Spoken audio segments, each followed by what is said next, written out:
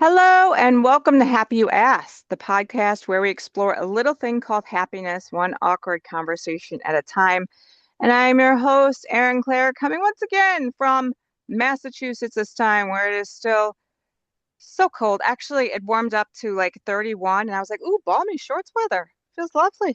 Anyway, I am joined today by Dr. Latasha Holt, and she's been an educator for over 20 years and is an associate professor of curriculum and instruction and the assessment coordinator for the College of Education and Human Development at the University of Louisiana at Lafayette, where it is a little warmer than here, I hope. Just a She little. earned just a little. She earned her PhD in curriculum and instruction from Texas Tech University and holds a Master of Science degree in reading, special education, and English as a second language, as well as a Bachelor of Science degree in early childhood education. Dr. Holt's work bridges theory and practice in higher education with a particular focus on cultural responsive teaching, advocacy for the whole child, and support for learners with exceptional needs.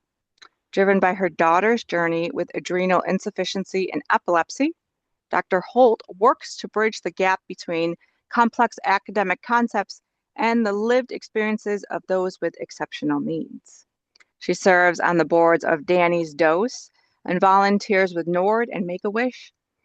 Over the past 4 years, she has worked with faculty learning communities to explore the integration of artificial intelligence across disciplines, examining its implications for pedagogy, faculty work, and academic identity. Through her teaching, research, and service, she is committed to fostering a more democratic and developmentally appropriate educational landscape for all learners.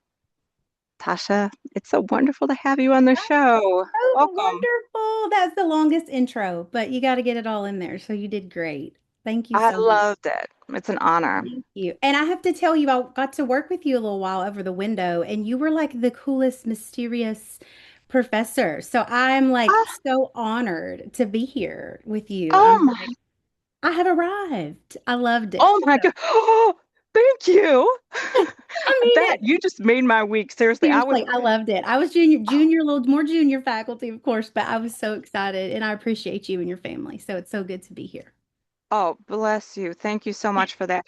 Because let me tell you, I am feeling all sorts of ways, 8,000 ways to Sunday menopausal. And it's a journey. And so to get a little compliment like that, let me tell you, makes me makes my whole month.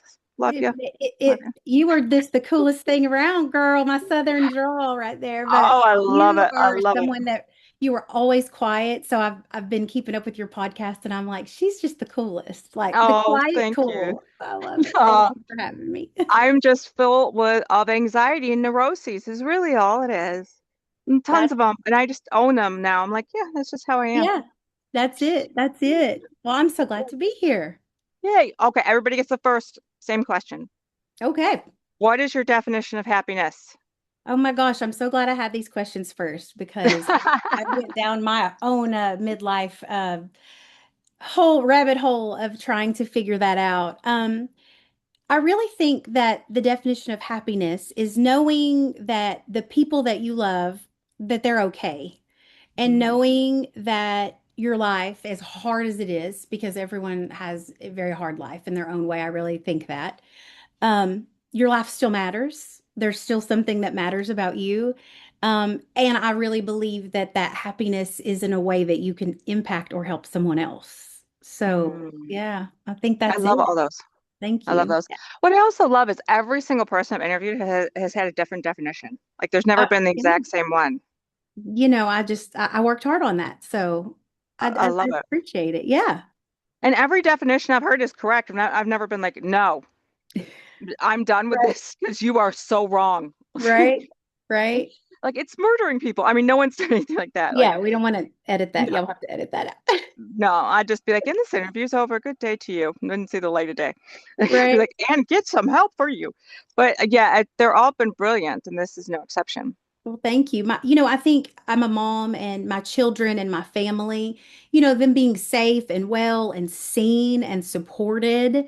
I think all those things really make me happy. And just having that purposeful impact is something that I've had to kind of become comfortable with, that things just don't always go, the way that you want them to go.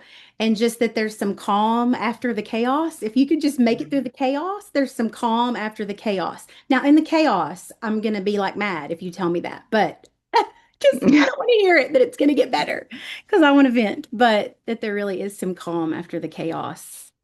I Yeah, believe the that. hold on. We're Hold just more, on. we have to tell ourselves, just hold on. Just Just hold hold on. on. Yep. That's right. Can you think of some times when you felt truly happy? I can. So a little bit about me, and I think that that's where really my definition of, happiness ties in. My daughter, I have three girls, so and they're growing up, which is a different phase of life, like when they're not little anymore. And now I'm not telling them what to do. I'm just watching or advising if they want my advice. And trust me, they don't always want my advice. But it's a different role in my life. But over the years, I've had to kind of come up with my happiness, and I look back, and there's always times, but my youngest daughter, she has adrenal insufficiency and epilepsy, and it's a very rare condition that she has. Nothing happened to her. Your adrenal insufficiency means that her body doesn't produce cortisol, which is responsible to your fight or flight and your blood pressure and your blood sugar. It's so important. And so we had some tough times early on. That started like one and a half, two. And our hometown, Russellville, is an hour and a half from Little Rock. So we would have these crises and we would be med flight or taken by ambulance. And so I had some times that like were very unhappy. And I think that kind of leads to the question of we were really sick and we have a rare disease and we would have to go to the hospital. But the ambulance, while that ambulance seemed scary and sad, it made me happy. Like it made me real happy to make it to that point. And as we're on our journey to the hospital, it made me very scared, but also I felt so happy. Like when I got into a place where I knew I had support and I had medical teams and, I had all of those things. Um, we were med flighted and I saw New Orleans from the air, the other day, and I had the nicest, and I was in a complete chaos crisis, but I was so thankful and so happy. And sometimes I think it's the times where in my life I'm unhappy. I realize that those unhappy moments are also very happy moments in the same way that they, maybe scary. We were in ICU and everyone will say, "Oh my gosh, ICU, that's so scary," but it's actually makes you really happy because they watch you one on one and you're getting this amazing care. And so while all those moments seem very scary, they also make me feel very happy. I show this video, I think I heard you mention it in one of your podcasts about it was the Harvard project, right, on happiness. And on my Yeah, yeah. website, I have a video. Let me see the name, The Happiness Advantage, where it Mm. talks. I don't know if you've seen it. It's got 5 million views. I checked right before. But it's about these kids that are brilliant and they go to Harvard. What do you got to be sad about? And as soon as they get there, they're sad. It's like you set one goal, you make a new goal, right? Yeah. You do one thing, you write another thing. So I think for me, sometimes being happy is always on the other side of unhappy. Like I love that video and I show it to my students because a lot of times they get very stressed and bogged down in life. So I think to answer your question, like to be happy, like we have a rare disease, but I have been able in my role to advocate, to go to DC, to speak, to advocate for other families, and that makes me so happy. Like it's a Mm. really tough situation, but in our work, my work, I have more flexibility sometimes than other people to travel or to tell our story. Um, I I have had the opportunity through work, to like my job, to really think about how we look at education in our communities and Mhm. democracy and take a step back and tell some stories that folks are like, what? And I'm like, okay, so I sit on the board for Danny's Dose and we do work. I don't know if everyone is familiar, but every state has rules about emergency care and scope of practice. So if we are to dial 911 and we're in a state and we have patient carried medications, they don't carry all of that on the ambulance. Um, and we were unconscious or my daughter needed her medicine, they wouldn't give it because Mm. of scope of practice. So I'm always kind of it's a surreal world, but like in my mind, I'm using that opportunity to take a step and to advocate and to speak and say, hey, there's a lot more people who, if you call 911, you want them to be able to help you. So just Yeah. trying to take this very rare, weird situation and find happiness in it. I really think that's the answer to that question, that long, long answer, but it's on the other side of my sadness. So. Um, so has this changed over time? Like before, say you had your kids, did your definition of happiness to look different? Oh my gosh. So I'm an only child. That's what's wrong Mhm. with me. That's what I tell everyone. That's what's wrong with me. I was a gifted only child. My dad, I stayed with my dad, grew up with my dad in rural Arkansas. Um, and it was amazing. I saw my dad really show me like being polite and like what's good and like just those good things that those good things that dads do. And so I can remember, and that's one of the things I really thought about was over time, when you're younger, things that make you happy are so not the same as when you get older. Like now I'm in that age where my house and my home makes you really happy or puzzles. But back then, I think being happy looked a lot different. You wanted to have friends and you want to fit in and you want to get a degree and we want to get tenure and then you get tenure, right? And then there's a new goal, right? Or you write a Mhm. book and then you need to write another book.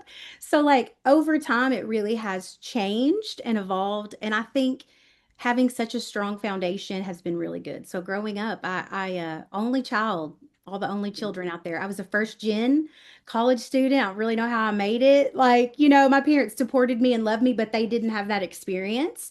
So they didn't always know how to help me. They supported me and loved me, but first gen students too, It's a different thing. It's a it's a different whole thing. world. Yeah. They must be so proud. They are. They are. They're very Yeah, proud. I bet. I bet.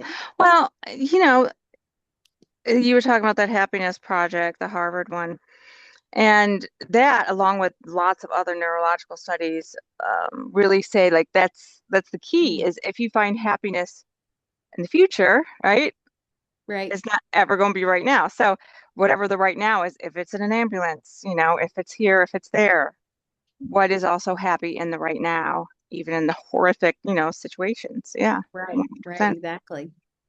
So how does this the work that you do and with your daughter in advocacy, how does that factor into your work as a professor? Right. So I am a professor in the College of Education, and it's everything to me. I know all professors say that, like it's the most important. But I typically work with reading, and I really believe teaching reading is like it's such a make or break. If you can read or appreciate and be knowledgeable. So I spend a lot of time working with teachers who teach reading, which is actually pretty complicated. It's actually very It complicated. is. It is. Very complicated.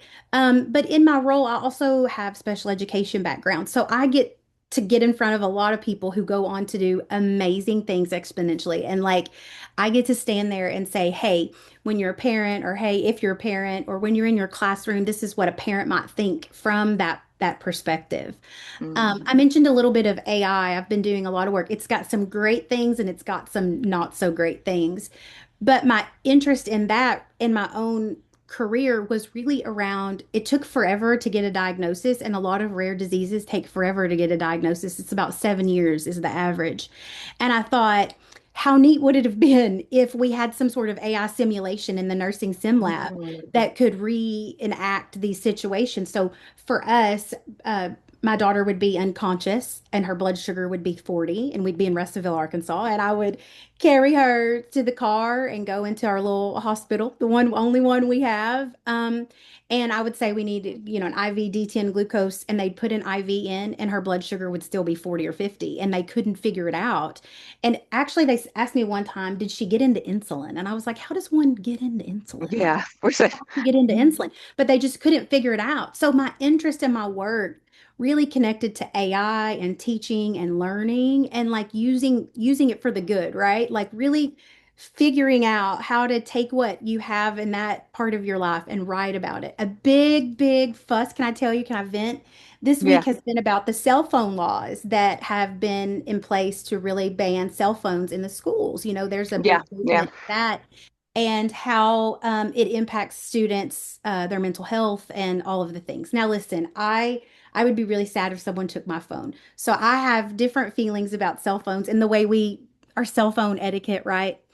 But one of the big advocacy pieces I've been doing is that when states make laws like that, that also means students who have medical technology, right? Yeah. So advocating to go, hey, wait, hold on just 1 second. And I have a chapter that's been accepted just writing about that and saying, hey, we make these blanket laws that I don't think we mean to be harmful, but have we thought about our students who use their cell phone for, blood glucose, or it's now our medical ID, so we don't have to engrave it Yeah. every other day. Or if she falls and she doesn't respond, it'll call 911. So like Mhm. just being able to take your life in situations and like encourage that in your job. And that's the cool thing about our job. We have a little bit of wiggle room to Yeah. explore and develop, but getting in front of teachers and nurses and politicians and saying, hey, this is what it's like to be a mom. Hey, I'm a professor and a researcher too, but like, have you thought about this? So Yeah.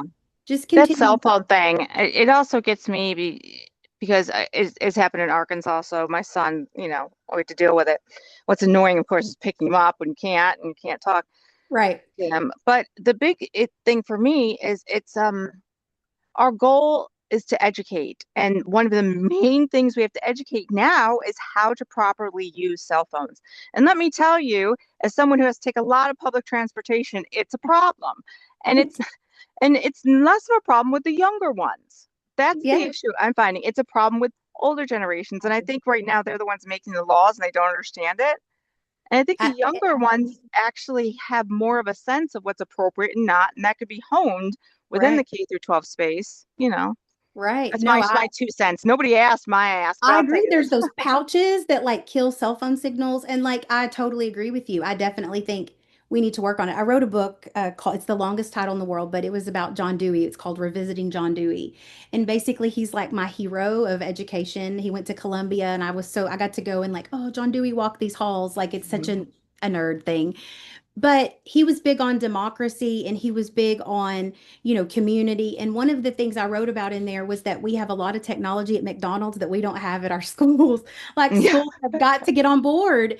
There's a Mhm. Taco Bell AI is real, like I'm like, I Mhm. just want a burrito, and it's like, are you there? But figuring out a way, I wrote about that because our students, I think, can handle it if we can like get on board and really embrace it because it's a tool, right? And it doesn't always have to be bad. So, but I'm excited. So now I'm going to take this story and maybe write a little bit about it and educate, Yeah. hopefully, Well, from it's a, the same with like writing and things like that. They are going to use it, so let's teach them how to use it to actually do good, and so they can listen, do they're smart. better. They're going to find a way. Like, I don't think they're Yeah, going to stop it. They're going to figure it out. They're going to find a way. So, yeah. So we have to really think, what is the skill that we're trying to teach, the thinking process? How do we still do that? AI is going to be there. It's going to be there. it's going And to be so how do we teach that while using AI, while acknowledging it absolutely exists? right. Yeah. Absolutely. Yes. I say that having just passed a new degree program in applied AI at my university. Good. Holla, holla. I did it, my proposal. Yeah, That's and so I'm so thinking a hard to lot about it. do. That's Uh, so hard to do. So congratulations. So hard, It's so like hard. I'm Yeah, I mean, alive. those who know are just like, could you imagine all the things that could have gone wrong? So Yes. many things. So many So, things. yeah.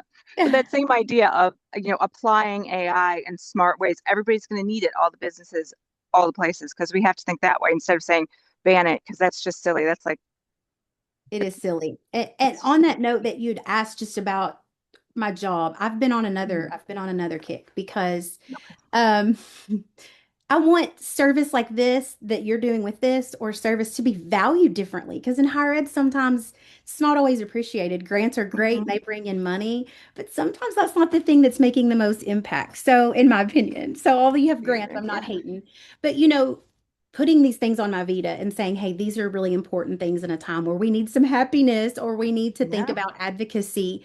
I'm teaching a K-12 politics class right now, and it's great because we dig into like, all the laws. I live in Louisiana. There's a lot of interesting things. And There's a so law for everything. there's a law. It's different Napoleonic law here. If you don't know, Mhm. it's a whole thing. I'm still learning. If you go to law school, you have to take a different class, right, for Louisiana. It's But it's fascinating. fascinating. And I love where I live, in the deep, deep, deep South. But I think figuring out ways, to advocate and like to figure out and get teachers where they know how to advocate. So I really think Yes. it's closer together than we might imagine. So, Oh, what 100, 1000%. yeah. So I want you to think about like this concept. The big thing that people grapple with happiness is the opposite, right? You have suffering and you have anger and all these like sort of Right. negative emotions. And so, I mean, we talked about how finding the happiness even when things are tough, but what is that place of suffering? Like, how do you see it? Is it a goal to just do away with it? What is like how do you envision that? Hap You know, suffering. I think you don't realize sometimes how sad it is until you're happy, or how happy you were until you're sad. I thought about that a lot. And a lot of folks will say I'm pleasant or I have contentment, but like that I think can really turn into being unhappy, so like making sure that you're happy within yourself, because so many of those things, we really have a lot of folks who are struggling right now more than ever. I don't know about your campus, but we see a lot of young Yeah. people and professors struggling like never before, in Hmm. my time, and really trying to figure out how to get to the root of what makes you happy. I did something I haven't done. I teach a freshman class, an intro class, and I didn't know what to do with them one day because everybody was a little bit bummed out. And we did hand turkeys. We brought back the hand turkey, Oh. and they were so excited, and they were like Chick-fil-A, my mom, like things they hadn't thought of. Oh. We had to use whole hand papers because, but really figuring out in those times that stuff is not so great because we do have a tremendous amount of suffering in the world, and people say, how are you so happy? How do you keep advocating when we have it really tough sometimes? We do. I'm gonna be really honest. But just trying to figure out in those places where that you're sad, I'm learning to let people know I'm sad. Like that's one thing. You got to let them know you're sad, that things are not so Mhm. great. I don't know what it is. Maybe it's our generation, but just the everything has to look perfect, and it's not. Mhm. It's messy. And so being able to figure out when you're truly sad and articulate that to people, and then finding your people. And allow yourself to feel it too. Allow yourself to be sad. Absolutely. We're dealing with financial struggles and health of loved ones. So many folks are taking care of their parents, and so I think that's through that sadness is important. I have a story, another story. I have lots of stories, professors do, but I remember being in the hospital one time and I was praying like I was so scared. Like I had made this little prayer bench out of the seat. And I can remember the janitor sweeping around me, or, just kind of sweeping around me. And she stopped me and she tapped me on the shoulder and she said, ma'am, I'm praying for your daughter. And like those moments that like were so sad and so hard, it takes you to a place where you realize that people understand, and if you Yeah. just don't, lower those walls a little bit, people are a Mhm. lot more alike than we're different. Like we're a lot alike. Yeah. Yeah. One of the hardest times in my ever was when my eldest Moss was born because he was a preemie. Okay, that And helped yeah, too. yeah, he was a month early, and so he had to go to the NICU. Now he was a month early and 10 pounds. All right, so Oh, okay. I had I 10-pound know, babies, right? so But there yeah, you but go. it was hard. I had a C-section. It was horrific to try to sit next to him there and do all of that just by myself and all of it. Now, was he your first or your second? My second, yeah, Okay, my okay. So second. you had another kiddo too. Like, Yes, who was not even two. oh my Not gosh. even two. I know. Yeah. So all of this happens, and at the time I was just going through it. I knew it was hard, but there were moments where like our priest came and I didn't even know and showed up when I wasn't there to pray over him, and just like the Those priests, kindness of people where they just come in and you just feel such love, so just much love. so loved. Yeah, and so I related to that story. I felt immediately like I know that feeling of just, Yeah. oh, thank you for the love during this Yeah. hard time. They give you a little Bible book and you're like, oh, thank you for this Thank book, you for the or love. whatever, just some uplifting words. Yeah. 100%. Um, if you could like change things in society to make them happier, what would you do? I'm telling you, I have a huge plan for that. Let me turn over. I have a plan. I thought you might ask me that question. I think first of all, we have to be able to give people grace. I think the Mhm. number one rule in my society would be first grace and mercy on folks, because people are, what's that saying? Everybody's fighting a battle that you know nothing about. Like Mhm. it's for real. And so I think my first thing would definitely be to make sure that we paused and gave people grace. I don't think we Mhm. do that enough. And I think that sometimes people are harder on themselves than others are hard on them, Mhm. but like, and I would also really work on our schools. Now, I'm a huge public school supporter, and I'm also about everybody going and doing school wherever they want to. But our public schools are key to our community. Learning how to live, cohabitate in a school together where we Yeah. can teach and people want to come to school. Attendance has been a thing lately. Kids, we need to get them to come to school, but they would need to want to come to school. But like really focus on our communities, making sure people can read and write and explore things that they're interested in and be kind to one another. I think that's huge. So I think that grace and mercy piece, but really making sure, teachers make pennies, They do. and really pouring into our teachers. And I'm gonna tell you, I have a prediction. My generation, I just taught because that's what I did, and I never questioned it. But I really don't think the next generation of people are going to do that. I don't think they're Yeah. going to work for pennies. I don't think they're going to not get to go to the bathroom. I don't think they're going to do those things. And I really think if we don't shape education differently, where one of the bills right now in Louisiana is to give time off to be with your family when you have a baby. Like they're going to have to Could you imagine? I mean, because they're quitting. They're like, fine, I'll just quit. So I really would focus on our teachers and our community. And I would also really focus on our community of supporters. Like our churches want to help, Mhm. the EMS, they want to help. All these people, I think people want to help. It's just finding a common way that they can all be a part of that Yeah. community and really pour in, making a way. That's probably what I would do. I'd really beef up our schools. I really believe in democracy too. And I always say to my teachers, are your classrooms democratic? Like, are they? Like, is it a place where everybody feels heard and valued? Or, is it your classroom and your rules? So really Hmm. showing folks how to survive when they're little, when they're young. I taught elementary, so high school Yeah. scared me, but but It yes. scares me too. Yeah. But you're right. That's especially like I think of the elementary schools being the center of neighborhoods as they should be. And when it's done well, they Mhm. really are the beautiful center. They really are. And they can be so much more than what they are. I know a lot of folks, charter schools, but a lot of those kids pull kiddos out, of their local community and take them to so I'm a big public school supporter. And I think it could be the downfall of our society if we don't reflect and really get a hold of education in our country.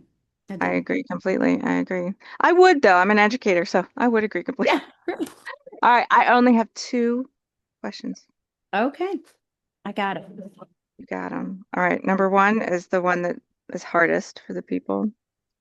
You get to add a song to the Happy US playlist. So Yeah. exciting. What is it going to be? There is some awesome songs on that list, and they were not what I predicted that they would I be. know it's all over the place, They right? really weren't. I'm a big Jeff Woods fan. So his story, like I was like, "Ooh," 'cause, I get sent to governor's school now and then. And I was like, what's Bohemian Rhapsody? I really love that if y'all haven't heard that episode. And Oh, then but like yes, he's amazing. all the people, all the things.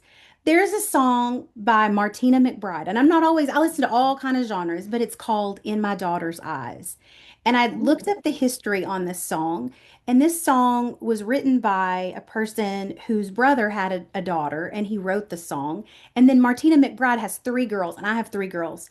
And this is that sad happy thing. There are lyrics like that her your daughters and again if you don't have daughters, it doesn't have to be daughters, sons or nieces and nephews or people that you pour into, but in the song it talks about how I'm seen as strong and wise, but that they have came into my life. These people have my daughters, these people have came into my life and that they are the reason that you keep doing what you're doing. There's a part that says you give more when you feel like giving up because that's the truth. Like Hmm. you want to give up sometimes because it's like, woo, wave the flag and be done.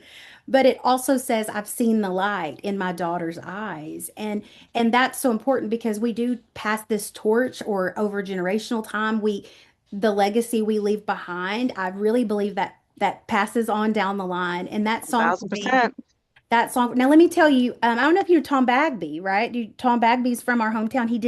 He was a photographer, and Oh yeah, yeah, yeah. No, yeah. he did these beautiful pictures, and they played that song, and I was like, oh, I'm seeing these beautiful photos he's taken. It was such a marketing good job, but it was a moment where I really said, oh my gosh, in my daughter's eyes, I'm strong and wise, but sometimes, they're the thing that keeps you going, and so that would be my That's song. right. It's a little sad, happy, so you just have to I have to. love that. That's the same thing I think about when I'm flying. Be flying again tomorrow. When I'm flying back and forth, I think my kids, for That's them. right. That's right. Got to do it for them. Got to do it for our future. Got to do it for our families. That's right. I want your flower And miles too. oh, right. I know. I know. You I probably do. need to write out. I'm a platinum medallion up there. I love I'm it. sitting in the front. You were I'm before not. that. So you were platinum medallion before, and now you really are, according to their Well, I'm gonna standard. be Diamond 360 one day. Woo woo! I got goals. Wear a crown. Just walk That's around with right. it. All right. Any final thoughts? I'm just so thankful for this podcast. I've been talking Oh, about it and raving about it and your research. And I think like keep doing what you're doing because making us like there's a million things going, but I got quiet and I got up early and I'm praying, I'm reading and I'm thinking. And I think it was such a good opportunity to stop my own life and go, hey, what does make me happy? Like, what does make me happy? yeah. Who's even asking why I'm happy? She's asking why I'm happy. I think stopping and asking people, hey, are you all right? What makes you happy? Just walking around a Walmart, what makes you happy? What makes you happy? But Now you understand my title. Happy you asked. I love it. I love it. Keep doing what you're Sneaky. doing. I love it. And thank Well, you for thank you. having me. It's been great. Oh, thank you. And thank you to everyone for listening. Thank you so much to Dr. Holt, and see you later. See ya. Bye.